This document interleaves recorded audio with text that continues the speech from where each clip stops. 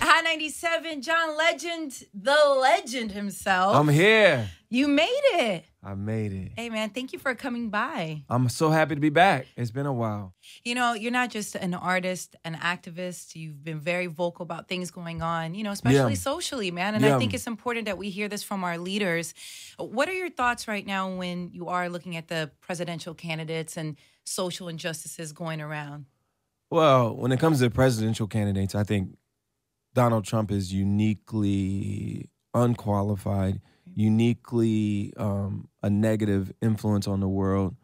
He's a proven racist, proven misogynist, doesn't have the understanding of how the government works or how the world works. And I am very much hoping that he does not get elected president. I think he'd be dangerous for the world. And I'm supporting Hillary Clinton. Yeah. So, you know, everybody's got to make their own choice. But I've made it clear what I think. Anybody who follows me on Twitter knows what I think. And I think we can't take these elections lightly. They matter. Yeah. And what people say matters, and what policies they plan to put in place matter. And I think the choice is pretty clear for me. And you know what, John, I just wanted to thank you. I didn't have a chance to have a conversation with you before, but I know that you have supported Colin Kaepernick, and obviously that's my loved one.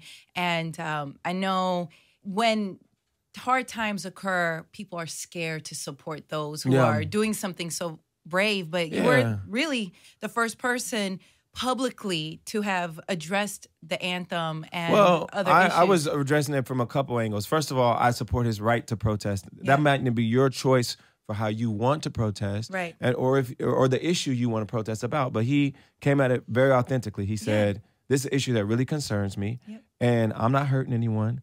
I'm going to peacefully protest by kneeling or sitting when the anthem is being played, because I want to bring light to this issue that really concerns me and is really impacting people's lives." Some people were so upset with his form of protest that they were madder at him for protesting than they were at the things he was protesting, which is people getting shot by the police who are supposed to protect us, and the police not getting in any trouble for it. So my issue was, are you more concerned about those lives being lost, or are you concerned about someone kneeling, peacefully protesting?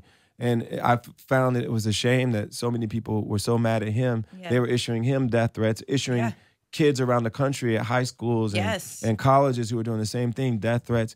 So you're basically saying you're so offended by their peaceful protest that you're going to threaten their lives, but you think they're wrong for protesting when kids are getting shot by the cops.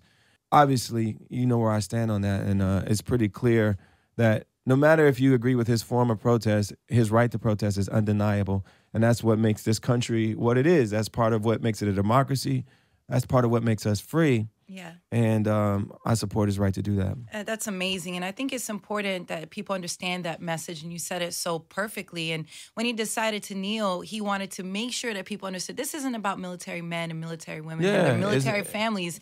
Has nothing to do with that. This is at all. That's why he's kneeling to continue to show support to them. But at the same time, we see Terrence Crutcher. We're seeing these senseless And you don't have killings. to love your country so much that you can't call out flaws. Yeah. In fact, I would argue that loving your country means that you call out flaws, means you want to make this country as free as it can be, as just as it can be, as righteous as it can be. If you really love the country, then you support whatever steps we can take to make it a better place.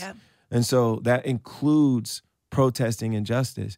And if your love for the country doesn't include that, then it's not a complete love. Yeah.